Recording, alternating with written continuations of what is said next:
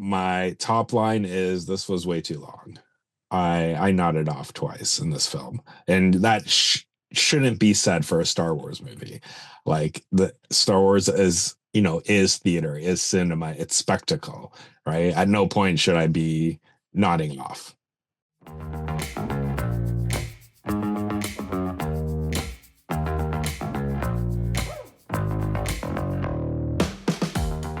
From a streaming series that finished a long time ago.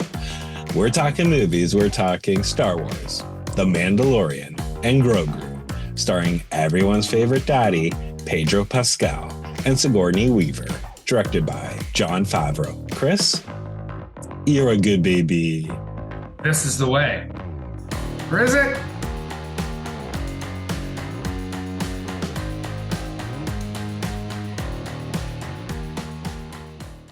Hey, everybody, and welcome to this week's episode of How'd You Like That Movie? As Scott said, we are talking about the new Star Wars film, The Mandalorian and Grogu. Helping us out is former head of the Jedi Council, Master Yoda. Master Yoda, thank you for coming out. A pleasure it is. We'll get back to him. Scott, before we get into the show, what have you been watching, man? What cinema have you been seeing? I've been just watching old shit, to be honest. Just Casino and Goodfellas, eh? Just on back-to-back repeat.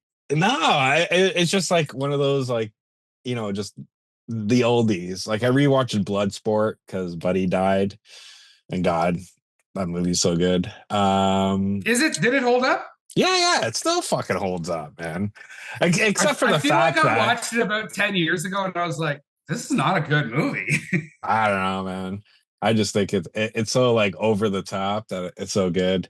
Especially the fact that, when we first get introduced to Jean-Claude Van Damme's character, he's wearing a New York Giants jersey, but a San Francisco Giants hat.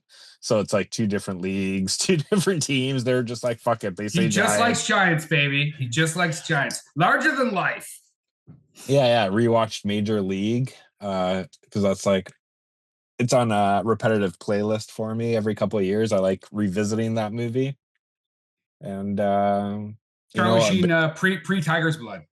Yeah, but no, I wouldn't say that, man. He was actually throwing those fucking pitches. Those are actually his pitches at 90. So I think that was actually him, like, pitching. Oh wow. Yeah. And then just getting caught up, finishing Your Friends and Family, waiting for the series premiere or series finale that's on this Friday. Such a good show. Oh, you're talking about second season now, the John Hamm show. Yeah, such a good show. Does it? And I haven't seen any second season. Does it hold up to the first season? Yeah, it's really good. And then in terms of TV shows, I binged Mobland, which I was very fucking impressed with too. Tom Hardy. Unfortunately, if the news is correct, Tom Hardy and the show will not be doing a third season. So we'll see. I heard those are preemptive discussions that apparently cooler heads will prevail. Yeah, is Mobland Guy Ritchie? Did he work on that? He directed it. Yeah. Okay. Yeah, because it's kind of got that vibe. Yeah. So that's the thing. Like, for the amount of movies he puts out in a year and a TV show, I'm more and more impressed with Guy Ritchie. Yeah. I mean, he seems to just continue. It's weird. He's got a bit of a resurgence in the sense that it felt like he kind of went away and didn't do a bunch of stuff, and then it was just like bang, bang, bang, like you said, a TV show plus the movies, and he's just kind of back, but almost understated. Like, unless you're aware of it, you don't necessarily know you're watching a Guy Ritchie film, or maybe that's just me. Like, I sometimes watch something and I'm like, oh, this feels very Guy Ritchie. And then I'm like, oh, well, that's why, because he directed it. So first off, I watched The Devil Wears Prada 2, and that movie is fucking awful. And before you like roll your eyes and go like, well, of course it's going to be. I actually really enjoyed the first Devil's Wear Prada when it came out. It basically spawned a bunch of memes. Stanley Tucci and who is it? Meryl Meryl Streep. Streep. Amazing, like just amazing. And even in this, the second one, they're carrying the film. Emily Blunt is good as well. I never really liked Anne Hathaway. Her character in this is so grating. Like I thought she was annoying in the first one, but in the first one, she's supposed to be sort of like new to the industry and that type of stuff. And you're like, all right, okay, maybe this is why you're annoying. But at this point, she's supposed to be this like hard-boiled reporter that comes in to like save the day and bring like real journalism back to this fashion magazine. I'm like, yo, like if you're gonna play like a hard-boiled reporter, like you, there's so many spotlight, like there's so many versions of that character that we know what it looks like, right? Like from the New York Times, the Washington Post, Boston Globe, like something like that. You do not, this character does not feel like she ever did real fucking journalism. Like she essentially talks about how, like, you know, when she, since she left the magazine, she's been touring around the world, you know, covering like real news and stuff like that. I'm like, there is nothing about your character that makes me think that. Like you're just like, it's so candy coated. From for feedback though, my mom enjoyed it, so she said that it was, and she even went to the theater to see it, which I thought was crazy. She doesn't go to That's two theater in a row, man. That's I Michael know and she's coming to this. like a cinema or something.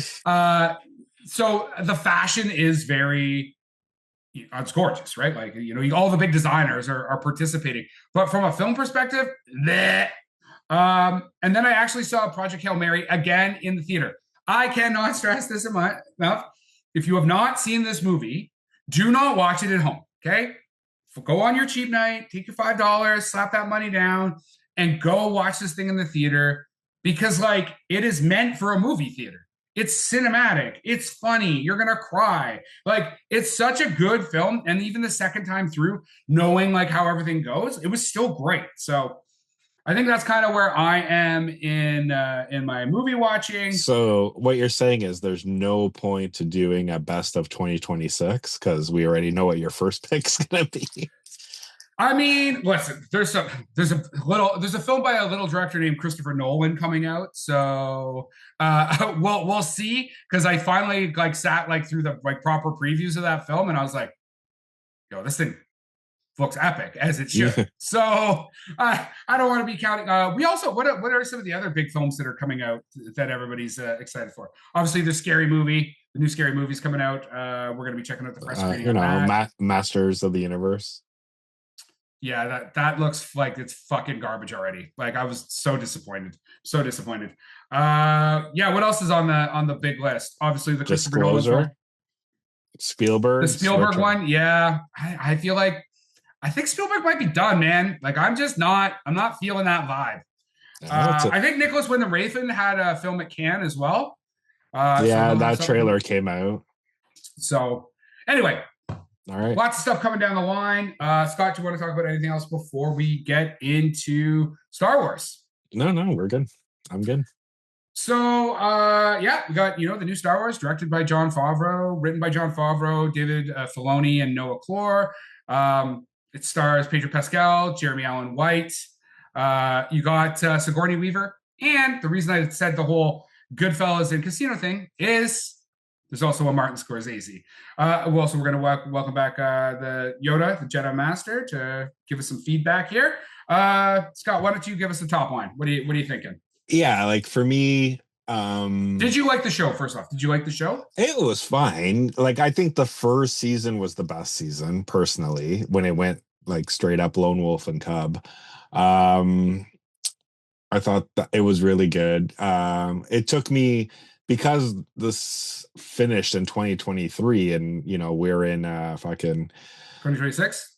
yeah, but I'm just saying, like, you're just being pumped with content all the time. Like, I literally forgot everything that, like, how the series ended. So luckily, I found some YouTuber who just recapped the whole series in like 20 minutes. So I was good and ready to go for this. But to give it credit, you do not need to know anything about the series to go into this movie. Like it is done well that it can be just a standalone story, and you won't get lost. But my top line is this was way too long. I nodded off twice in this film, and that shouldn't be said for a Star Wars movie. Like the Star Wars is, is theater, is cinema, it's spectacle, right? At no point should I be nodding off. Yeah, I mean the thing's 132 minutes long. I like really, you guys couldn't make this thing 2 hours? Like even just getting to that 2 hour mark would have helped.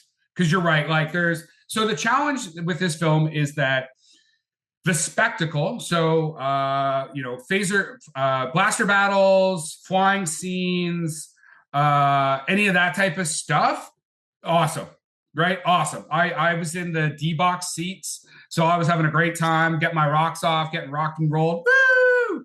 The problem is the story is kind of meh, and so is the acting. And like Jeremy Allen White from like The Bear, the Iron Claw, stuff like that. Like he's a great actor. He plays Jabba the Hutt's son, and I don't know what fucking voice he was doing, but those two things were not working for me. Like I was like, this, I don't know, this is not what I pictured a Hutt to sound like, because none of the other Hutts sounded like him. Well, well, except for Pizza the Hut. Enough to pay. Yes. Spaceballs 2. Spaceballs 2 will be coming up. So the problem is the like connective tissue between the action sequences isn't good enough to really hold your interest. I also nodded off a bit as well because I just got bored. I just wasn't interested. I really like those little creatures, the little ones that like help them out. They're like little repair guys. Yeah. They were pretty cool. So yeah, and that's what I found. Like, because there was a lot like spoilers, like when the poisoning scene happens, and it's like, oh, is he? Isn't he? Like that, like fucking montage of like Grogu, you know, going on his own, figuring shit out, like was way too long. Like correct. I'm like, this is not Rocky Four in Russia. Like he's not chopping down trees trying to survive. I'm like, we don't need a really long montage for this, right? Like it just cut it down. I just thought the one thing, like I'll agree with you, like in terms of visuals, it is done well. I didn't stay around for the credits, but Oh, neither did I. So I don't know if there was no, there's no. I knew there was no end credit scene, but I was just wondering if there was, special thanks to Ridley Scott, because like his DNA was all over this movie. Like it starts off as Blade Runner. There's even the alien like kind of homage that I enjoyed, like with the in the bay with the monsters. yeah. And I'm like, oh yeah, this is a little nod to Ridley. And And yeah, on that Blade Runner, like not only is there like a Blade Runner aesthetic, especially on the world where Jabba the Hutt's son is, the scoring, like you have that like pulsating electronica, I mm, literally was like, oh shit, like this is like this is Blade Runner right yeah, here. Like the entire aesthetic of that is Blade Runner for sure.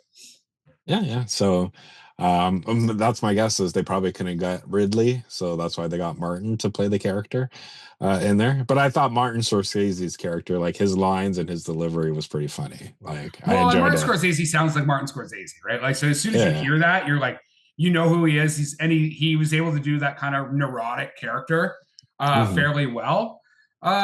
Yeah, all in all, it's I mean, it's got a $165 million budget. It's already done 167. It'll be I can't imagine it not making a butt ton of money. That was all in its first weekend. And you know what it felt like? It felt like a really long episode. Like it Yeah. didn't, and maybe you can flush this out. It never felt like a movie. Like No. it never felt like any of the Star Wars, whether the prequels, the original ones. And I don't know if that's because even when those movies leave on a cliffhanger, there is a big story it's telling. Where Mhm. this is a very it's like go do mission, complete mission, go off do something else. And like so the stakes aren't there maybe. I don't know. It's like it's a feeling I had that I can't seem to verbalize. Yeah, like my daughter said the same thing. I took my oldest. And she was like, "Oh, that was a very good season 4." Right? She was like, "Just a condensed season 4." And I'm like, "Yeah, that's literally what it was. It was just like you got your story beats, and there wasn't, and I agree. I don't think there wasn't a MacGuffin or any kind of through line that like made you feel stakes." Right? It Yeah. was just literally just, you need to find this guy, and then you got to find this guy to get to this guy, and then when you get to the last guy right at the beginning, you're like, okay, well, what the fuck what are they going to do now? And then it's just like they're just walking around for aimlessly. Me? Just hanging around. I also found that the humanoid characters in their acting, it often was not good. Like the acting was not good. The lines were kind of shitty, and the line delivery. So specifically in the opening sequences, that like general or that Imperial, that guy's acting was fucking awful. Like whoever, I'm not even gonna look up who the actor is. Fucking acting was atrocious. Like I don't know what direction he was getting, but or English Like is his fucking second language. Like what like was the fucking main happening? guy, the main Yeah, guy so the main guy that they're trying to get, and they ended up actually like, well, they get killing him. him. They get him. That actor, like like the delivery of his lines was fucking like weak sauce, man.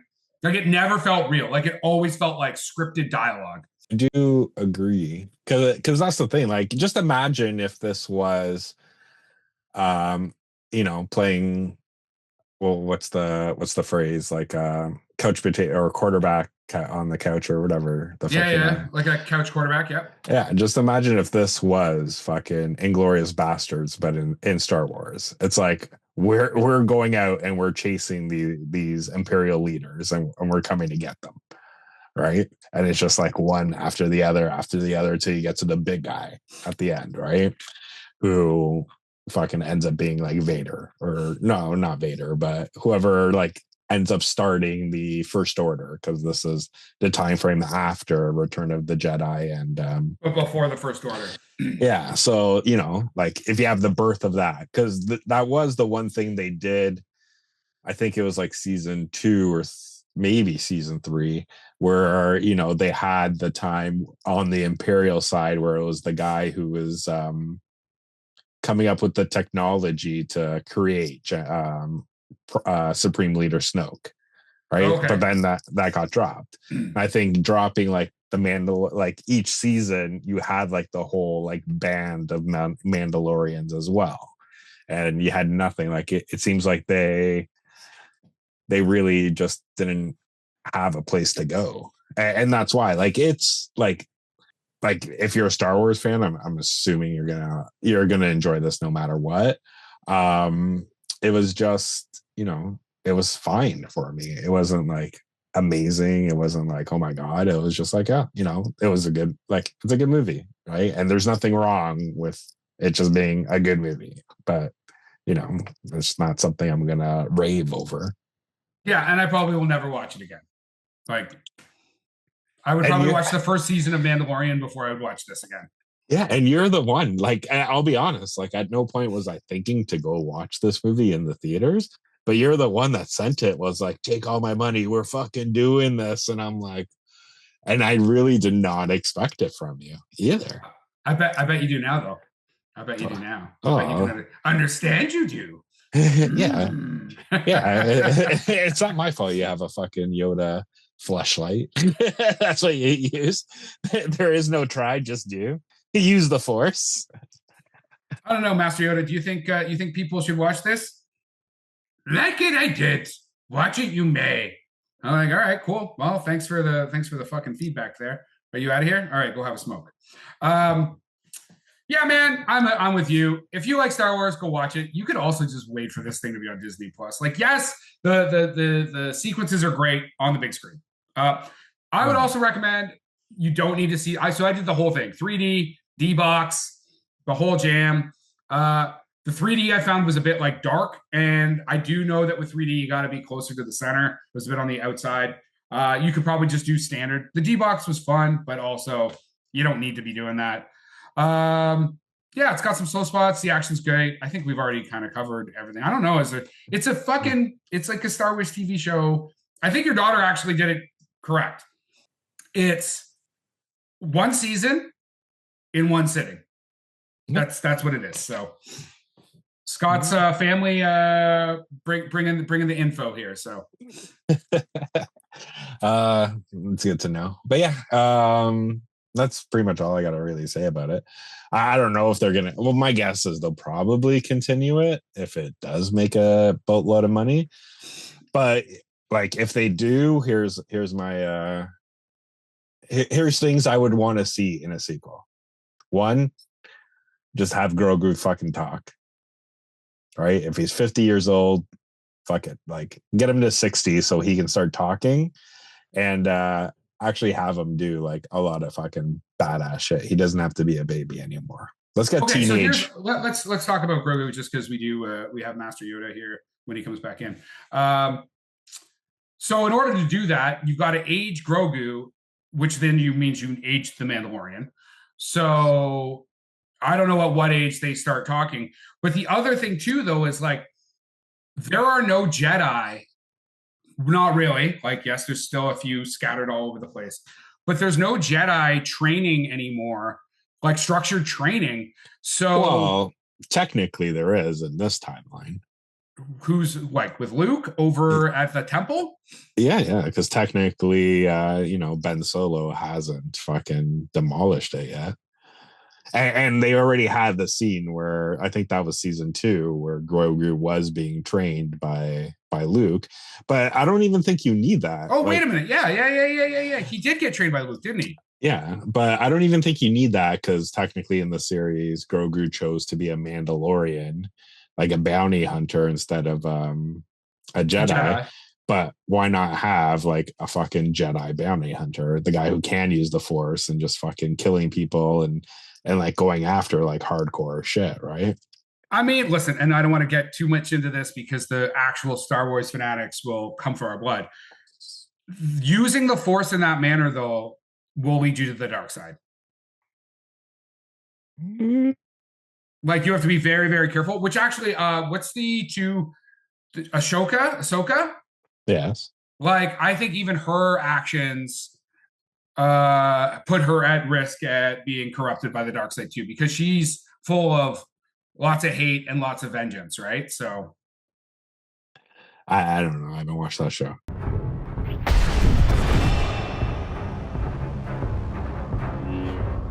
You lack conviction. Like on the Star Wars shows, I'm so behind. I watched The Mandalorian and Book of Boba Fett. That's it. Yeah, but you understand how the Force is not meant for revenge. Like, yes, revenge will consume you, that type of stuff, right? Like, Yoda specifically tells Luke a lot about that in Empire and in Jedi, right? So yeah, but just imagine, Grogu in his little plane, and he sees his bounty. He doesn't even have to land. He just focuses. The guy starts levitating, and the fucking just ends up in the ship, and he takes off. Just like, right? He's not doing anything. Maybe as a partnership, the other thing too you could do is like sort of these are not the droids you're looking for. It's like, come with us, you will. Okay. Yeah. Right. And so then the Mandalorian takes them in, or because Grogu's able to use Force persuasion, he brings in more people alive, right? Less violence. Exactly. There we go, man. Right. Fucking solving problems here. And that's what we're doing. But yeah, that, like, in terms of, like I was saying, like, because I'm so behind on the shows, because, at some point, like, Star Wars was an event. Star Wars in the theater was an event. But it's been so, like, to me, so watered down with all these shows that it's not special anymore, right? So, like, for me to get excited over it, it's like, it has to look amazing. You also have to have good fucking writing, like good story. That's why, like, often Empire Strikes Back is probably the best Star Wars movie, because it's like super sad. It's like dark. It's got great combat sequences. There's tons of stakes for characters. it ends on a really kind of shitty note at the end. Like Luke's fucking got his hand chopped off. He's hanging on. Oh, spoiler. If you haven't seen the movie, I think is it at the end of Empire as well that Han is also in carbon freezing? Yeah. Right? So like that is a way to end a fucking movie, man. But Luke has also started his Jedi training, right? So he's like all of a sudden this thing that they've talked about, you're like, okay, cool. So I don't know how you get that back. Like you need to take time and you need to really, you can't just do fan service. You actually need to be like, okay, so we have a world that's very well fleshed out. Now we need to write a script that meets it, that operates in that world. But that script needs to just be tight. You just can't throw fucking Easter eggs and stuff. Or maybe you can. Listen. Well, that's the thing. See how much money this thing makes. Well, that. But I think the real barometer of this is going to be next year's Starfighter, right? With Ryan Gosling and Sean Levy, I think, is directing. But having a Star Wars that is 100% adjacent from the Skywalker saga, I think is what will be your barometer, because there's only so, like, they've already told the Skywalker story, right? So what's the next story? And I think that's it, right? Like once you get to the next thing, and be like, here, this is where we're going, and I think that's where it'll be more like, if excitement is like, for myself, driven and looking forward to it. Like once that first trailer drops, I'll know. Chewbacca, the hair of the dog. All right, man, you got anything else? No, I'm good.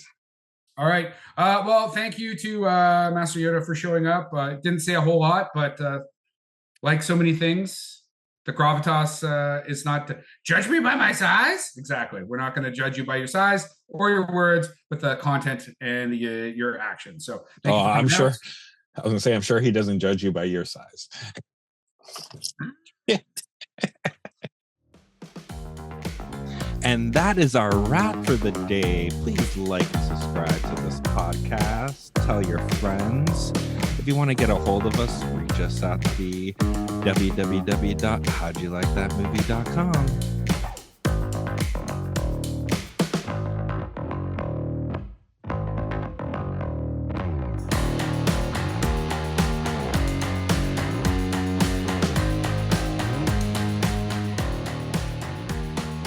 Yeah, everybody. Also, don't forget, like, subscribe, please rate us, make comments, do that stuff. It's good. Like, we like doing this, but it costs money, and we like to have some money.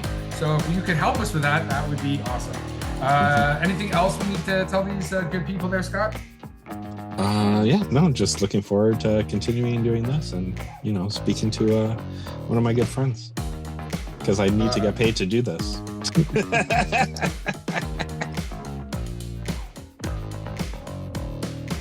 Production by Rod Shaver, Vader Monkey Productions.